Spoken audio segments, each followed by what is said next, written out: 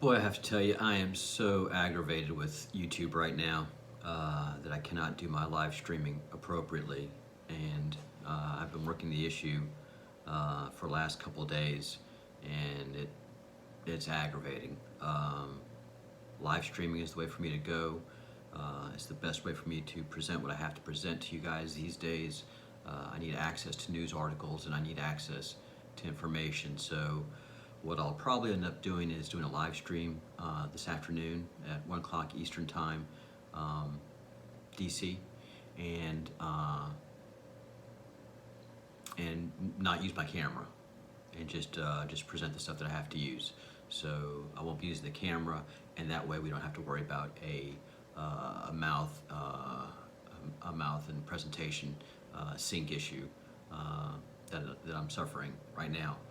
So I will continue to work through that. Maybe it's my software, maybe it's, I don't know what it is, because it was working fine for months, and last week literally it just stopped working.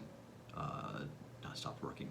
The mouth and voice stopped syncing on my recorded live streams. It's them. It's not me. It's not us. It's them. And that's what I want to talk about today. I've been watching several videos, and people connected with Hollywood are saying that that Hollywood is in panic. That something is happening, that they've lost access to their adrenochrome sources, that they no longer have access to their pedophile rings. And what's been happening is the president has been at war with these guys since he got there, since he got there to the White House. That has been his number one objective, is just to roll up these pedophiles. And what he's doing is he's doing the old-fashioned way. He is literally rolling them up, starting from the bottom and working his way up to the top. And we saw a bunch of freak-out videos from all the accused pedophiles posting weird and out of sorts videos. And what a lot of people that decode these videos were able to show is these guys are freaking out, and they're messaging each other. They're letting each other know, not using a telephone or anything else, but the internet, that there's a problem. There is a problem. So the end of this month is supposed to be the big month, the big drops that will be happening. And by drops, I mean prosecutions. They're, in my gut feeling, and according to the QMAP, there are sealed indictments, and I believe these indictments are going to start being opened. And these indictments are on some very powerful people around the world. And a lot of that has already been going on from what we can see.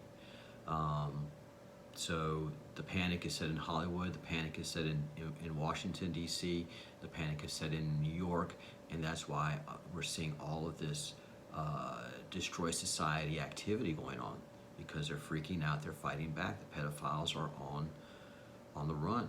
The hunters have become the hunted. And the Department of Justice and the President is making them sweat it out. And really, I mean, all this, a great flurry of this activity started in October of 2019, and just every month you were seeing indicators of something going on. Both Angela Merkel and Hillary Clinton were showing some serious shakes, and those shakes have since dissipated, but they look way different. Both Hillary and Angela look way different. So the feeling there is that they were on adrenochrome, and their adrenochrome source ran out, got dried up. That's what happened when MS-13 was taken off the streets. So be on the lookout for more activity from Hollywood. Most of these accused stars have disabled their comment sections, and they're not denying it. They're not coming out and saying, "This is ridiculous, people. Please," and they're not doing what anybody would do in an accusation like this, and that's hit it head on. They're having their surrogates defend them, but the actual stars being accused of these heinous crimes are not defending themselves. What's even more significant is they're not threatening to take their accusers to court. Because if you have money and you accuse me of being a pedophile on the public arena, that's defamation. That can affect my career. That can affect me. That's a lawsuit. You betcha. I will defend myself vigorously. And these guys are not defending themselves. None of them.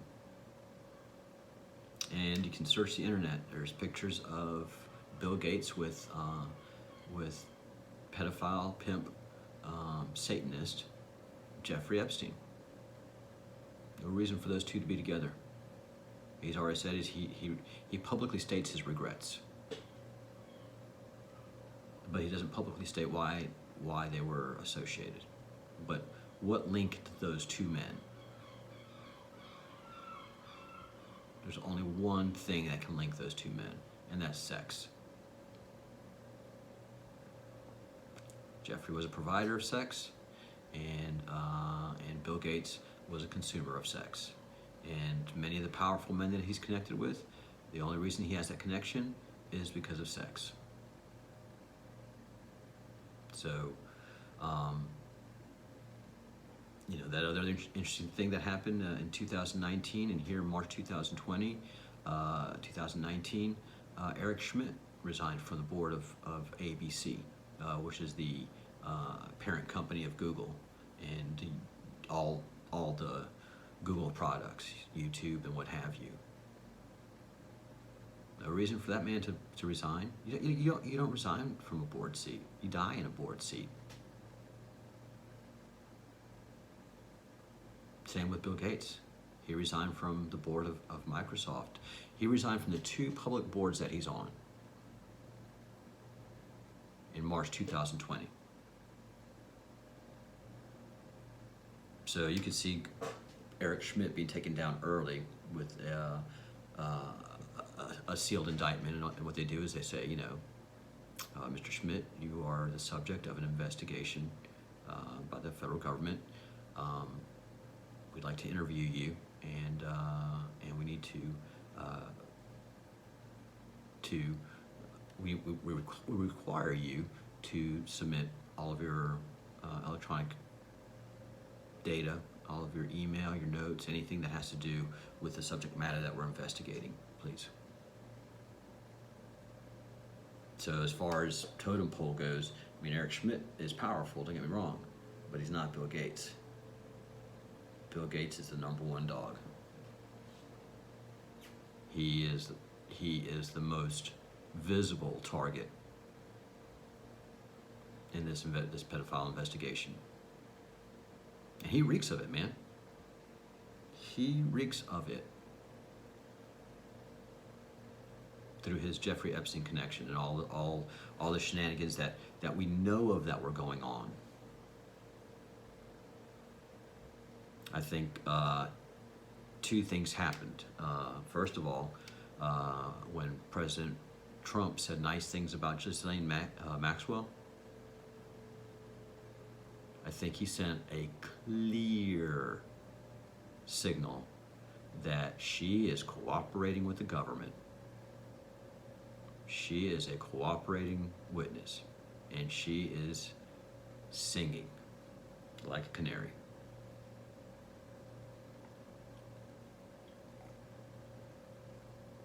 So I think that was a clear signal of anybody that was associated with her. And then he did that St. James Pizza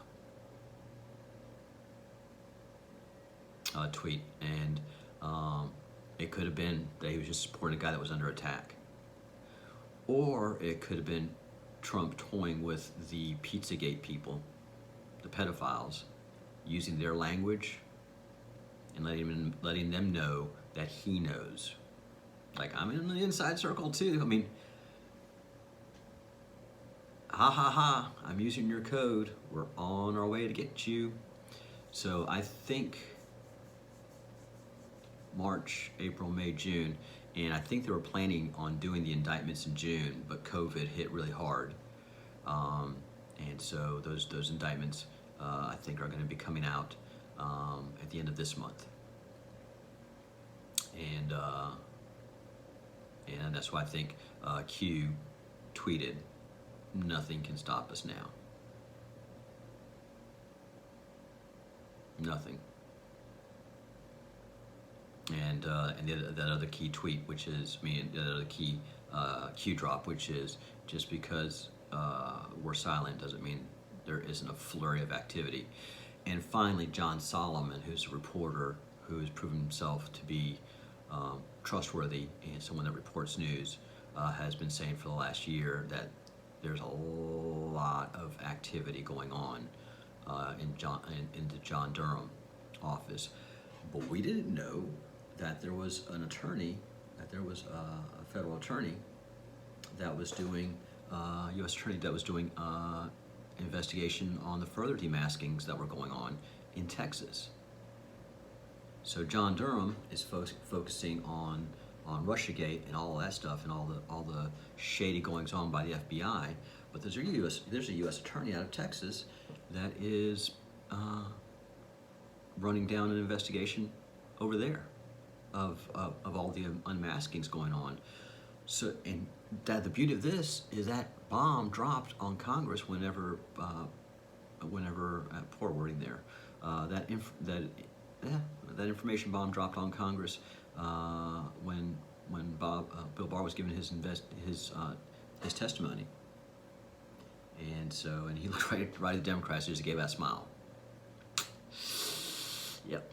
So we didn't know that was going on. We know it's going on now. But what that tells us is there are investigations going on within the Department of Justice that we don't know about because the Department of Justice is not leaking anymore. And they're not leaking. They're not giving their friends in the media the information that they need, that they've always been used to getting, that they've always had access to. I think that the FBI has been frozen out of the Department of Justice because of Chris Wray's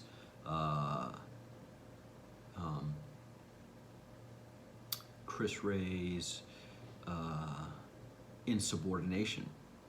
He should have been surrendering these docs that gave Flynn his freedom, or was giving Flynn his freedom. Those were FBI papers that should have been turned over to Department of Justice, and then from the Department of Justice, it should have gone right to Flynn's attorneys, and this thing should have stopped immediately. But that's not what happened. Chris Wray hung on to all of that incriminating evidence for the FBI, and has proven who he is. He's not for the people.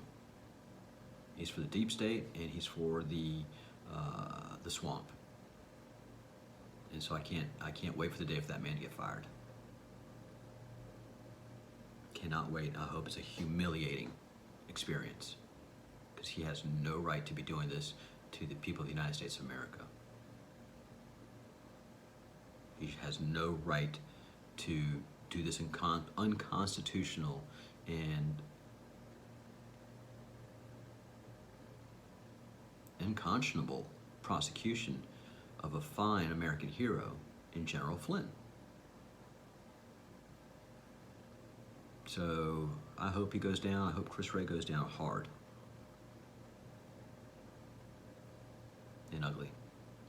All right, guys. So I'm going to be working on doing the live streams. There'll be a live stream this afternoon, and probably for the mornings I'll be doing a recorded video until I get my bugs worked out with this issue with YouTube.